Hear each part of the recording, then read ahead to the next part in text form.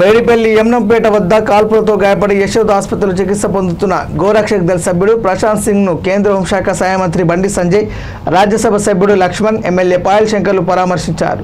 ప్రస్తుతం ఆయన ఆరోగ్య పరిస్థితిని వైద్యులను అడిగి తెలుసుకున్నారు. బండి సంజయ్ మాట్లాడుతూ గోరక్ష చేస్తున్న ప్రశాంత్ సింగ్ పై కాల్పులు జరపడం బాధాకరమని అన్నారు. ఈ విషయాన్ని ప్రభుత్వం, పోలీసులు తప్పుడు ప్రచారం చేయడానికి తీవ్రంగా ఖండించారు. తెలంగాణ రాష్ట్రంలో శాంతి భద్రతలు పూర్తిగా క్షీణించాయని కాంగ్రెస్ ప్రభుత్వంపై ధ్వజమెత్తారు. పోలీసులు ప్రభుత్వమే గో అక్రమ రవాణా ప్రోత్సహిస్తుందన్నారు. రాజ్యసభ సభ్యుడు లక్ష్మణ్ మాట్లాడుతూ కాంగ్రెస్ ప్రభుత్వం పోలీసులు దళారీగా మారి గోవధను ప్రోత్సహిస్తున్నారని ఆరోపించారు.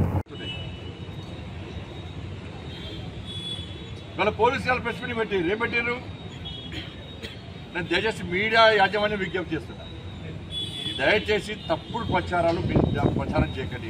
మళ్ళీ రిక్వెస్ట్ చేస్తున్నారు. పోలీసు వాళ్ళు చెప్పిందంతా అబద్ధం. జూబ్లీ సెలక్షన్స్ ఉన్నాయి కాబట్టి అక్కడ హిందువులందరూ ఓటు బ్యాంక్ మారుతున్నారు కాబట్టి ప్రభుత్వము పోలీసులు ఒత్తిడి తీసుకొచ్చి ఇవాళ ప్రశాంత్ సింగ్ అనే వ్యక్తి మీద, ఒక గో రక్షకుని మీద తప్పుడు ప్రచారం చేసే ప్రయత్నం చేస్తున్నది. దాన్ని మీడియా ద్వారా ప్రచారం చేసే ప్రయత్నం చేస్తున్నది. మీడియా యాజమాన్యానికి 2 చేతులు జోడించి రిక్వెస్ట్ చేస్తున్నా, ఈ ప్రచారాన్ని బంద్ చేయండి. మా పర్సనల్ రిక్వెస్ట్. ఇది ధర్మాన్ని మీరు కూడా అవమానపరిచిన అవుతారు. ధర్మాన్ని రక్షించండి.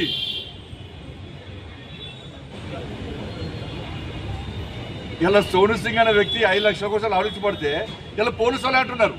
ఏమంటున్నారు? సోను సింగ్ వల్ల ₹1 కోటి నష్టం జరిగిందట ఆ ఫాల్తుగానికి. అంటే ₹1 కోటి వరకు దందా చేస్తుంటే పోలీసులు ఏం చేస్తుంది? ఇవాళ ₹1 కోటి దందా నష్టం చేస్తుంది. పక్క నష్టం ఏంది? ఈ పంత మడదంతరాలు. వ్యాపారానికి నష్టం వచ్చిందని పోలీసులు భావిస్తున్నారు. కానీ మనిషిని చంపి బుల్లెట్ ఎక్కడి నుంచి వచ్చింది? రివాల్వర్ ఎక్కడి నుంచి వచ్చింది? రివాల్వర్లు పెట్టి ₹1 కోటి దందా చేస్తున్నప్పుడు కూడా పోలీసుల చెక్ పోస్టులు ఏమైనాయి? పోలీసులు ఎందుకు పట్టించుకుంటలేరు? రివాల్వర్లు ఎక్కడి నుంచి వచ్చినాయి? నువ్వు రివాల్వర్ గురించి మాట్లాడు, కాల్పులు జరిపి దాని గురించి మాట్లాడు. దాని గురించి మాట్లాడకుండా 5 లక్షలు డిమాండ్ చేసిందట, ₹1 కోటి దందా నష్టం చేసిందట, అందుకే కాల్పులు జరిపినట. అంటే నిందితులు సమర్థిస్తున్నారు వీళ్ళ. మీ బతికెందుకే ప్రభుత్వం? మీదికి వచ్చి బొట్లు పెట్టి పూజ చేసుకున్నాడు. కేసీఆర్ కట్టే చేసిండు, రేవంత్ రెడ్డి గదే చేస్తున్నాడు. కేసీఆర్ గిరే గోవను పెట్టి పూజ చేసిండు. యాగాలకు ముందు గోవధను నిషేధించడం అమలు చేయబడి గోవులను వధిస్తే కూడా బజరంగ దళ కార్యకర్తలు దాడి చేస్తాడు. కేసీఆర్ పడుచుకోలే.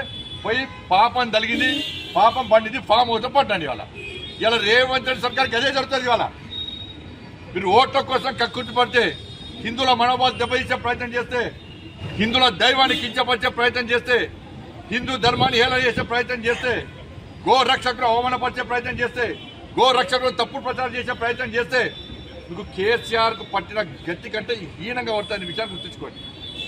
అందుకే రోజుకో మంత్రి కొట్టాడుతున్నారు, ఓలు తిట్టుకుంటున్నారు. ప్రభుత్వం ఉంటుందా పోతుందా అనే పరిస్థితి వచ్చిందంటే గిదే పాపం తెలుస్తుంది. పాపం గిదే తెలుస్తుంది. రాజకీయాలు చేసుకొని మీరు బయట చేసుకొని రాజకీయాలు తిట్టుకోని అదే విషయం. కానీ దైవానికి సంబంధించి ఒక గో రక్షకుడు పాపం ప్రాణాలు తెగించి కొట్టాడుతుంటే 5 లక్షల కోసం వచ్చిండు, ₹1 కోటి నష్టం చేసిండు, అయితే రివాల్వర్తో కాల్స్తారు. మేము పట్టుకుంటామంటున్నారు. మీరు పట్టుకోకుంటే మేము పట్టుకుంటాం. మీరు పట్టుకోకుంటే 24 గంటల లోపల మా వాళ్ళు పట్టుకోవడం రెడీ అయ్యారు. 24 గంటల లోపల మీరు పట్టుకోకుంటే పోలీసు వాళ్ళు మేము పట్టుకున్నాం 24 గంటల లోపల అనుకుంటున్నారు. మీరు ప్రశాంతంగా పట్టుకున్నారు. మా వాళ్ళు రెడీ అయ్యారు. ఎట్లా పట్టుకోవాలన్నా ఏ విధంగా గుణపాఠం చెప్పానో మేము రెడీ అయ్యారు. మా వాళ్ళు రెడీ అయ్యారు. నేను చేతులు ముడుచుకొని కూర్చోలే. ఈ ప్రభుత్వం ఏమైనా నమ్మకం లేదు మాకు. ఇవాళ ఇంతమంది కార్యకర్తలు రోజుకుంటారు. మీరు ఇంతమంది కార్యకర్తలను దాడులు చేస్తారు. మా సహనానికి అద్దు ఉంటుంది. సహనాన్ని పిరికితనంగా భావిస్తే ఇవాళ మీరు పట్టుకోకుంటే రేపు చూపెట్టేటోళ్ళం. మేము పట్టుకొని ఏం చేస్తామో చూపెట్టేవాళ్ళం. హోమ్ మినిస్టర్గా మారుతానండి నేను. హోమ్ మినిస్టర్ అయినా ఇంత బాధ ఇంత చెప్తున్నాం అంటే ఇలా ఇంత ధర్మాన్ని ఏలనేసే విధంగా, ధర్మ రక్షకులు అవమానపరిచే విధంగా